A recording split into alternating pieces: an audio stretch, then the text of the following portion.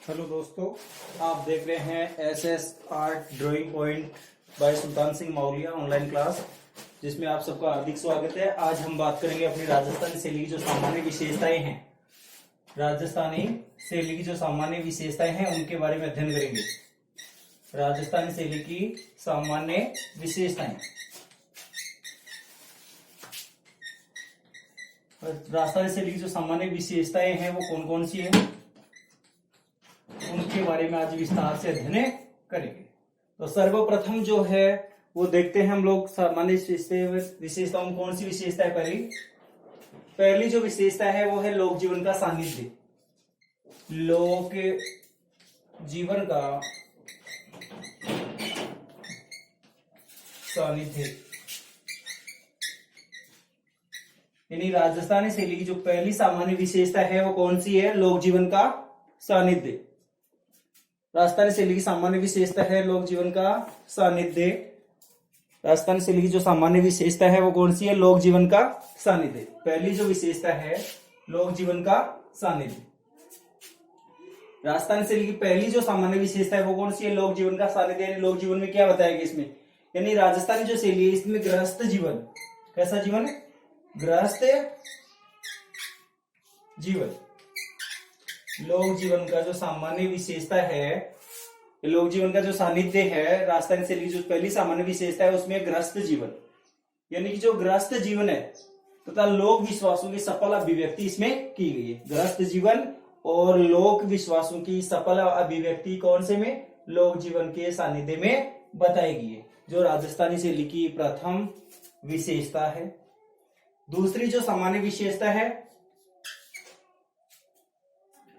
दूसरी है भाव प्रवणता। भाव प्रवणता यानी राजस्थानी शैली की जो सेकंड विशेषता है भाव प्रवणता, वो कौन सी है?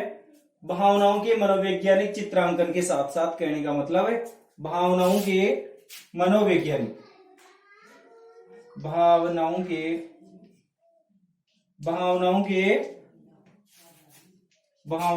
मनोवैज्ञानिक, भावनाओं के मनोवैज्ञानिक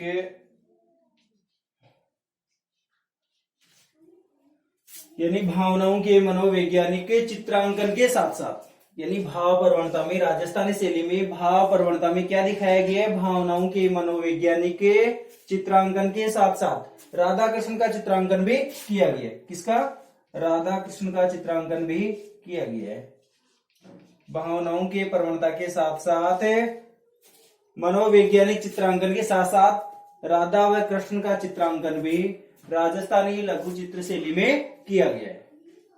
इसके बाद में है विषय विविधता, यानी कौन कौन से विषयों का चित्रण अधिक किया गया है।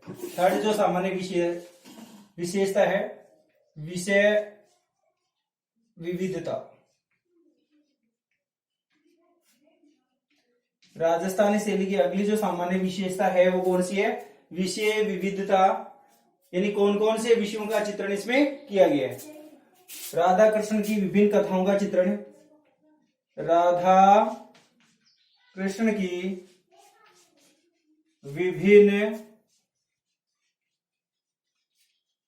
कथाओं का चित्रण, राधा कृष्ण की विभिन्न कथाओं का चित्रण किसमें किया गया है? राजस्थानी शैली में।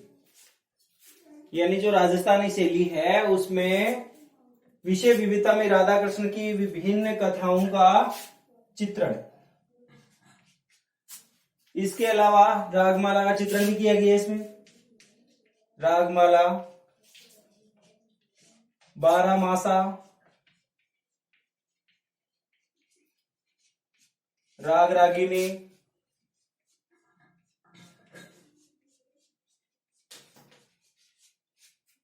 यानी कि राजस्थानी शैली की अगर जो थर्ड विशेषता की बात करें विषय विविधता, उसमें राधा कृष्ण की विभिन्न कथाओं का चित्रण है। रागमाला, बारहमासा और राग रागिनी है, उत्सव है।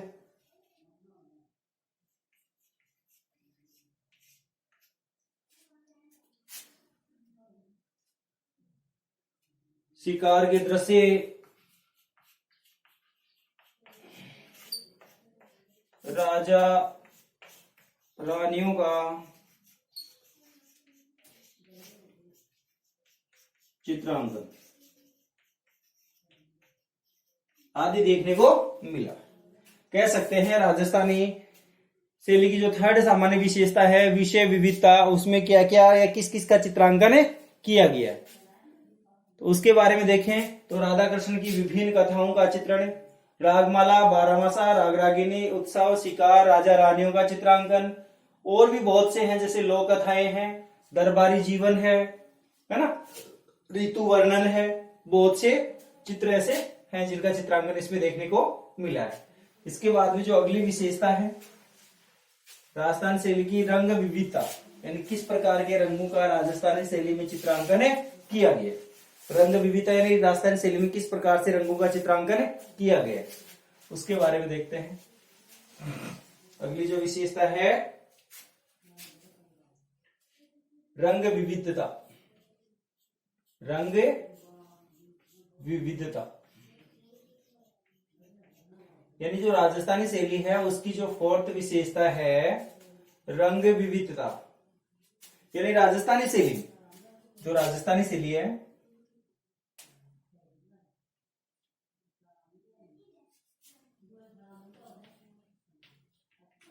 राजस्थानी शैली में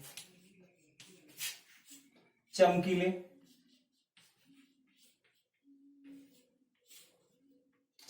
रंगों का प्रयोग किया गया। एक तो राजस्थानी शैली में चमकीले रंगों का प्रयोग किया गया है, राजस्थानी शैली में चमकीले रंगों का प्रयोग किया गया है। और राजस्थानी शैली के जो प्रमुख रंग है वो कौन कौन से थे? लाल, पीले, सफेद, नीले, नीला, हरा आदि प्रमुख रंग थे। यानी राजस्थानी शैली में कौन कौन से रंगों का प्रयोग किया गया है, अगर पूछा जाए तो आप बता सकते हैं राजस्थानी शैली में चमकीले रंगों के साथ साथ जो राजस्थानी शैली के जो मुख्य रंग थे लाल, पीला, नीला, सफेद, हरा आदि रंगों का प्रयोग भी किया गया है। इसके बाद में जो अगली विशेषता है देश काल की अनुरूपता, देश काल की अनुरूपता,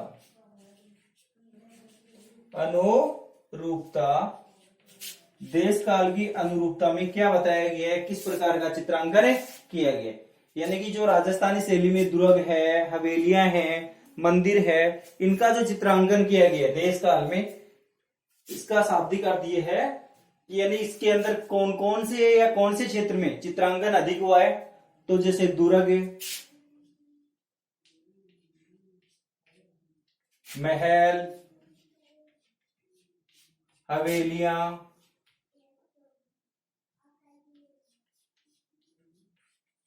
हवेलियों में चित्रांकन जो हुआ है दुर्ग, महल, हवेलियों में, दरबार या दरबारों व मंदिरों में चित्रांकन अधिक किया गया है, चित्रांकन अधिक किया गया है। यानी अगली जो विशेषता थी राजस्थानी शैली की क्या थी? देश काल की अनुरूपता। उसमें बताया गया दुर्ग, महल, हवेलियां, दरबारों व मंदिरों में चित्रांकन अधिक हुआ है। इसके बाद में जो अगली विशेषता है राजस्थानी शैली की लास्ट जो विशेषता है सामान्य विशेषताओं में वो कौन सी है? प्राकृतिक परिवेश। कौन सी है? प्राकृतिक परिवेश।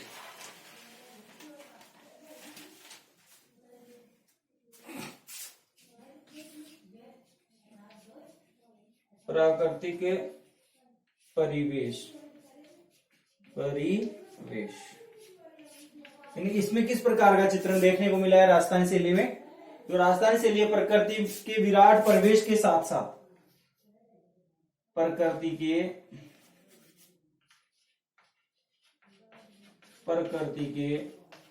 विराट परिवेश के साथ साथ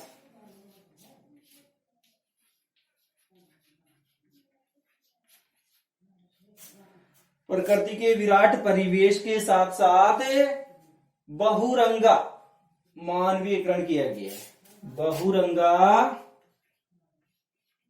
बहुरंगा मानवीकरण किया गया है।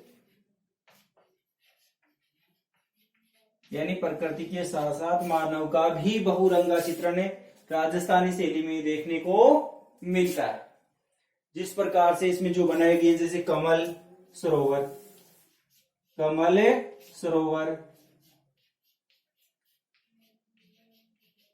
वन, उपवन, है ना, बाग बगीचे कह सकते हैं, और हाथी है, मोर है ना, छिबगली है आदि का चित्रांकन यानी प्राकृतिक परिवेश के अंदर जो पशु पक्षी है उनमें हिरण है, मोर है, हाथी है ना, मयूर आदि का चित्रांकन भी इसमें देखने को मिलता है। कौन सी शैली में? राजस्थानी शैली में। तो राजस्थानी शैली की जो सामान्य विशेषताएं थी, ये राजस्थानी शैली की 6 सामान्य विशेषताएं थी, जिनको फिर से एक बार दोहरा लेते हैं। जो पॉइंट है कहने का मतलब, राजस्थानी शैली की अगर सामान्य विशेषता अगर आपसे पूछे तो आप आराम से बता सकते हैं। जिसमें पहली जो सामान्य विशेषता थी वो हमने कौन सी देखी थी, क्या देखी थी, उसका विस्तार कैसे था, कहां तक था, किस प्रकार से था। कहने का मतलब लोक जीवन का सानिध्य पहली जो सामान्य विशेषता थी। इसके बाद में जो सेकंड सामान्य विशेषता थी भाव प्रवणता, थर्ड थी विषय विविधता, फोर्थ थी रंग विविधता, और पांचवी थी देश काल की अनुरूपता, और लास्ट जो विशेषता थी प्राकृतिक परिवेश। ये तो राजस्थानी शैली की सामान्य विशेषताएं थी। अब हम बात करेंगे राजस्थानी शैली के जो प्रमुख चित्र हैं। राजस्थानी शैली के प्रमुख चित्र, राजस्थानी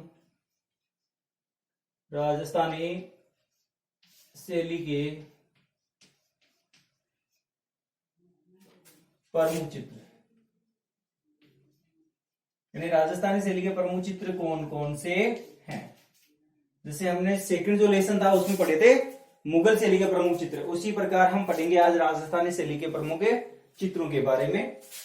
यानी कौन कौन से चित्र राजस्थानी शैली के प्रमुख चित्र माने गए हैं, उनका चित्रांकन किसने किया, कब किया, या किस प्रकार का चित्रांकन हुआ है, उनकी जो बेसिक जानकारियां है उसका हम अध्ययन करेंगे। वैसे उनका जो हम पहले पढ़ चुके हैं वैसे, यानी कि इनकी जो शैलियां आई थी, कहने का मतलब उन शैलियों में इनका विस्तार हमने पढ़ लिया था। लेकिन फिर भी एक बार जो राजस्थानी शैली के जो सामान्य या जो प्रमुख चित्र हैं उनके बारे में देखते हैं। तो राजस्थानी शैली का जो पहला चित्र है बनी ठनी,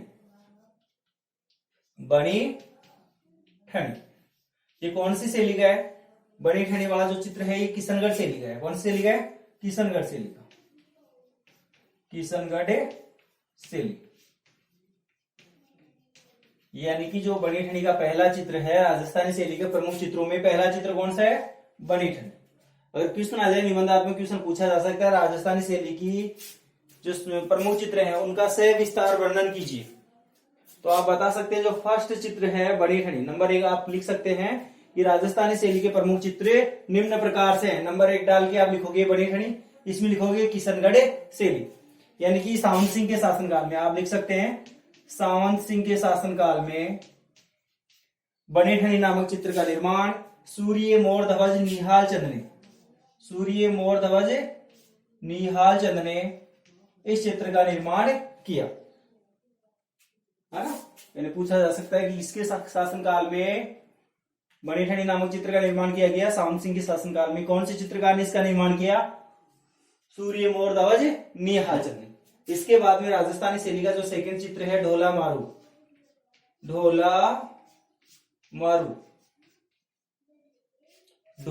जो चित्र है ये मारवाड़ शैली का है, इसको जोधपुर शैली कह सकते हैं। तो ढोला मारू कौन सी शैली का चित्र है? मारवाड़ शैली का चित्र है। कौन सा? ढोला मारू, जो मारवाड़ की प्रसिद्ध प्रेम गाथा, ये जो ढोला मारू है ये मारवाड़ की प्रसिद्ध प्रेम गाथा पर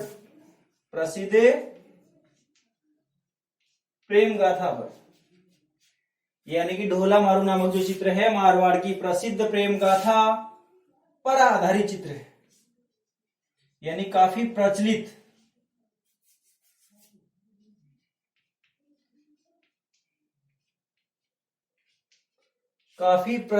प्रेम गाथा थी ढोला और मारू की। उसके ऊपर आधारित चित्र कौन सा है मारवाड़ से लिखा? ढोला मारू। अगर जोधपुर से लिखा पूछे तो भी आप बता सकते हैं इसको। ढोला मारू जो चित्र है ये जोधपुर से लिखा या मारवाड़ से लिखा प्रसिद्ध चित्र है। इसके बाद में जो थर्ड चित्र है गोधुली।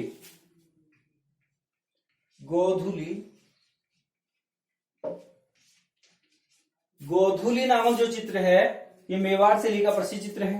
गोधुली कौन से लिखा चित्र है? मेवाड़ से लिखा। इस चित्र का निर्माण चोखा नामक चित्रकार ने किया था। किसने किया था? चोखा नामक।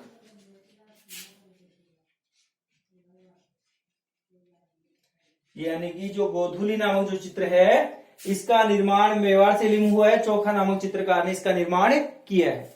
और इसमें क्या दर्शाया गया है?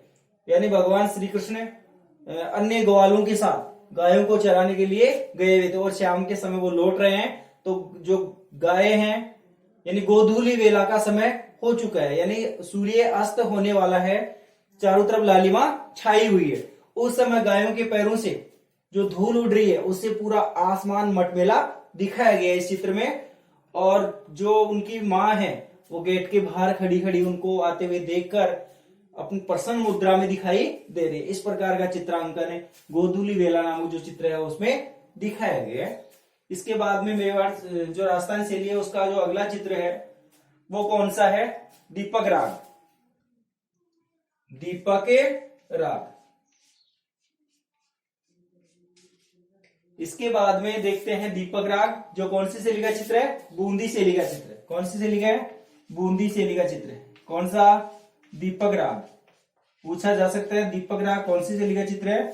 बूंदी शैली का चित्र है। और इसका निर्माण कब किया गया और किसके द्वारा किया गया? 1591 ईस्वी में इसका निर्माण हुआ था। 1591 ईस्वी में इसका निर्माण अली हुसैन और हातिम, अली हुसैन और हातिम नामक चित्रकार ने किया। हातिम।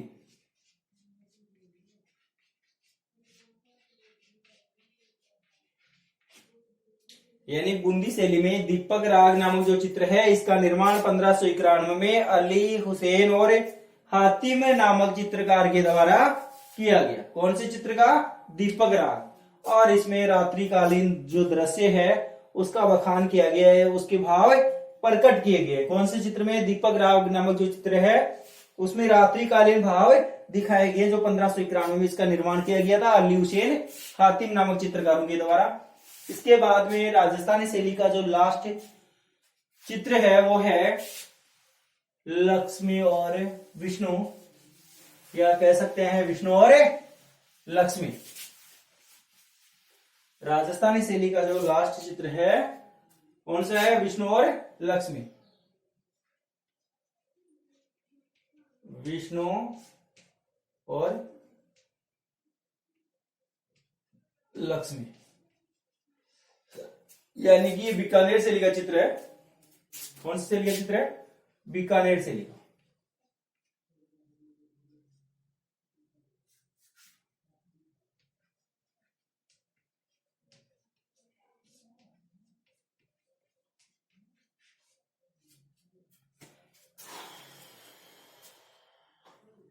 कह सकते हैं विष्णु और लक्ष्मी नामक चित्र कौन सी शैली में बनाया गया? बीकानेर शैली में। और इसका निर्माण किसने किया? हामिद रुकनुद्दीन ने। हामिद रुकनुद्दीन।